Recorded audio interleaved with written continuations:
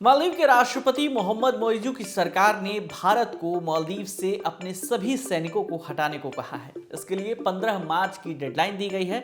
रविवार यानी 14 जनवरी को मीडिया से बातचीत में मालदीव के राष्ट्रपति कार्यालय के प्रवक्ता अब्दुल्ला नजीम इब्राहिम ने कहा कि भारतीय सैनिक मालदीव में नहीं रह सकते। उन्होंने कहा कि राष्ट्रपति मोइजू और उनकी सरकार की यही नीति है।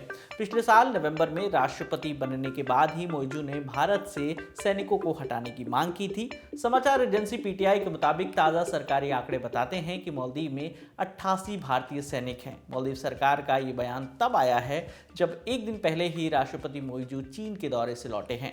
मोइजू 5 दिन की चीन यात्रा पर गए थे। ये दौरा ऐसे समय पर हुआ जब पीएम मोदी के खिलाफ अपमानजनक टिप्पणी करने पर मालदीव के 3 मंत्रियों को सस्पेंड किया गया था। इस टिप्पणी के बाद से ही भारत और मालदीव के बीच विवाद बढ़ गया है। मोइजू को चीन का करीबी माना जाता है। वहां से लौटते ही उन्होंने एक भाषण के दौरान ये भी कहा कि किसी भी देश के पास मालदीव को धमकाने का अधिकार नहीं है। मालदीव रणनीतिक रूप से भारत और चीन दोनों के लिए काफ़ी महत्वपूर्ण है।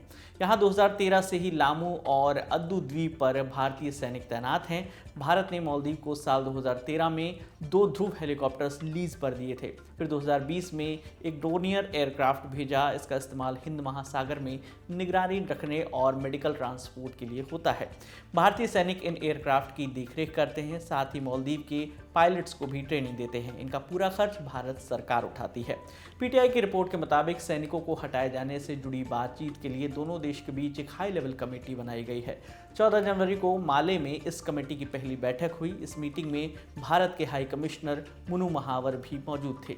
तो क्या भारत मालदीव से अपने सैनिकों को निकालेगा? इस पर फिलहाल भारत सरकार की तरफ से कोई भी टिप्पणी नहीं आई है। हालांकि मालदीव के राष्ट्रपति मोहम्मद मोइजू ने पिछले साल COP28 में कहा था कि भारत सरकार ने मालदीव में मौजूद अपने सैनिकों को वापस बुलाने का फैसला किया है। तब मोइजू ने कहा था कि भारत सरकार के साथ इस मुद्दे पर बातचीत हुई है। इससे पहले 13 जनवरी को राष्ट्रपति मोइजू ने एक भाषण के दौरान कहा था कि किसी भी देश के पास मालदीव को धमकाने का अधिकार नहीं है। मोइजू ने कहा था कि भले ही इस महासागर में हमारे छोटे छोटे द्वीप हैं, लेकिन हमारे पास 9 लाख वर्ग किलोमीटर का एक विशाल विशिष्ट आर्थिक क्षेत्र है।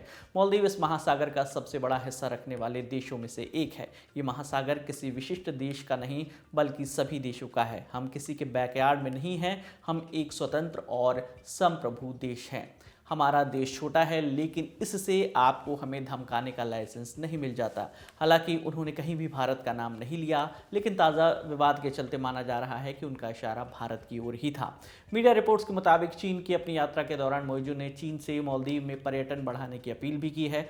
उनकी आधिकारिक वेबसाइट पर एक पोस्ट में लिखा है कि कोविड से पहले चीन हमारा नंबर 1 मार्केट था और मेरा अनुरोध है कि वापस ये स्थिति बने। इसके लिए प्रयास तेज करें। अब आपको भारत मालदीव के बीच पूरा विवाद क्या है वो आपको बता देते हैं। दरअसल प्रधानमंत्री नरेंद्र मोदी ने इस साल की शुरुआत में 2 जनवरी को लक्षद्वीप का दौरा किया था। समुद्र किनारे टहलते और समय बिताते उन्होंने कुछ तस्वीरें सोशल मीडिया पर डाली थी। प्रधानमंत्री ने लक्षद्वीप का प्रचार भी किया, लिखा कि घुमक्कड़ों को लक्षद्वीप जाना चाहिए। इस पर मालदीव के एक मंत्री ने कह दिया था कि भारत के तट मालदीव के समुद्री तटों के सामने कुछ भी नहीं है, जबकि प्रधानमंत्री ने मालदीव का नाम ही नहीं लिया था। विवादित टिप्पणी को लेकर बवाल मच गया। हर तरफ इस बयान की आलोचना होने लगी।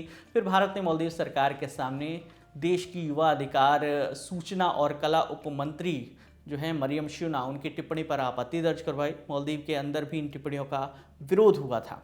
मालदीव सरकार ने भारत के खिलाफ टिप्पणी करने वाले 3 मंत्रियों मरियम श्यूना, मालशा और हसन जेहान को सस्पेंड कर दिया था और खुद को तीनों के बयान से अलग कर लिया था। इस पूरी खबर पर आपकी क्या राय है, हमें कमेंट करके बताइए। आपके लिए तमाम जानकारी जुटाई थी हमारे सहयोगी सचेंद्र और ज्योति ने। मेरा नाम है विकास वर्मा। देखते रहिए दिल लल्लन टॉप। शुक्रिया।